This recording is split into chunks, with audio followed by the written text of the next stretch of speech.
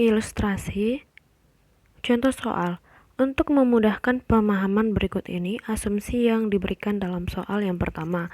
Untuk perkiraan neraca awal diasumsikan hanya ada aset dan ekuitas saja. Yang kedua, untuk pendapatan hanya dibuatkan satu pendapatan saja yang dinamakan pendapatan operasi dan satu beban bonus. Yang ketiga, setiap transaksi dibuatkan jurnal pada saat transaksi. Yang keempat, pada akhir tahun dibuatkan jurnal penutup. Yang kelima, neraca akhir tahun akan timbul di sisi aset ada pajak tangguhan dan di sisi kredit ada hutang pajak. Ada hutang bonus, ekuitas, dan laba ditahan. Yang keenam, basis atau dasar pengakuan pendapatan dan beban secara akuntansi dengan akrual basis dan secara fiskal dengan kas basis. Contoh soal, neraca 1 Januari 2019 ada total aset 1 miliar dan total hutang plus ekuitas juga 1 miliar. Selama tahun 2019 ada pendapatan operasi sebesar 600 juta, biaya bonus sebesar 100 juta yang diperhitungkan pada akhir tahun 2019, sedangkan pembayaran di tahun 2020.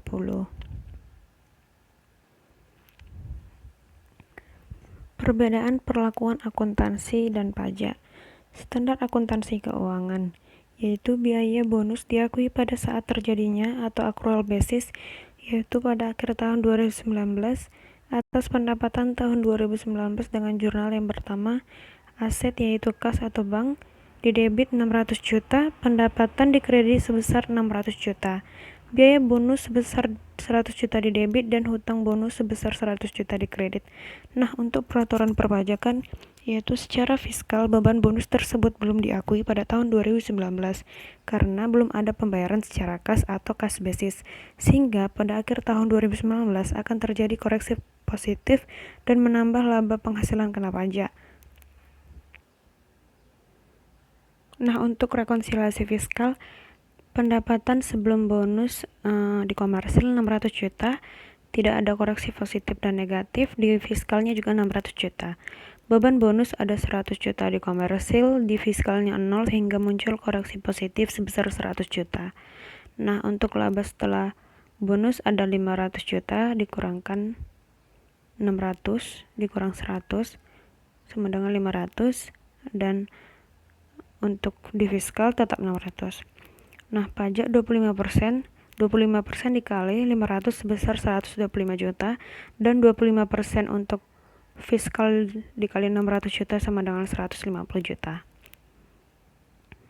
Laba rugi 1 Januari sampai dengan 31 Desember 2019, ada pendapatan sebelum bonus di komersil 600 juta, laba rugi fiskalnya 600 juta, sehingga muncul laba rugi sebesar 600 juta. Beban bonus 100 juta dan di fiskal 0 sehingga laba ruginya 100 juta. Laba setelah bonus 500 juta dan laba setelah bonus di fiskal 600 juta sehingga laba ruginya ada 500 juta. Pajak 25% itu dari komersil sebesar 125 juta dan dari fiskal sebesar 150 juta.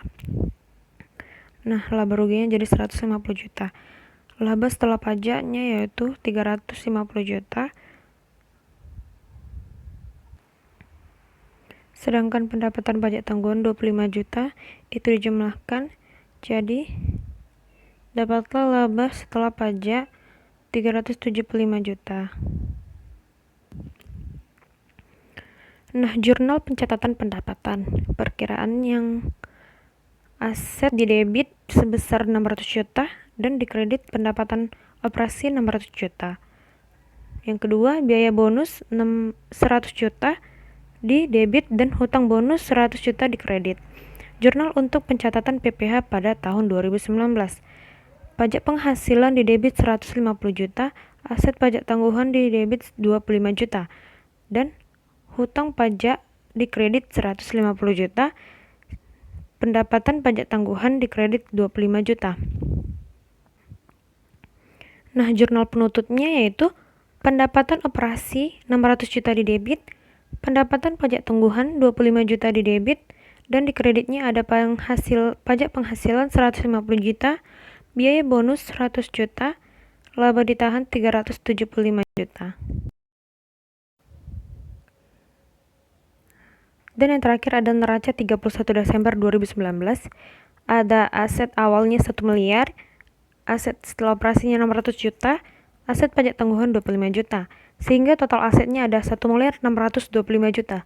Dan di FASIPA-nya ada hutang pajak 150 juta, hutang bonus 100 juta, ekuitasnya 1 miliar yang di awal tadi, dan laba ditahannya ada 375 juta, sehingga total hutang dan ekuitasnya ada 1 miliar 625 juta.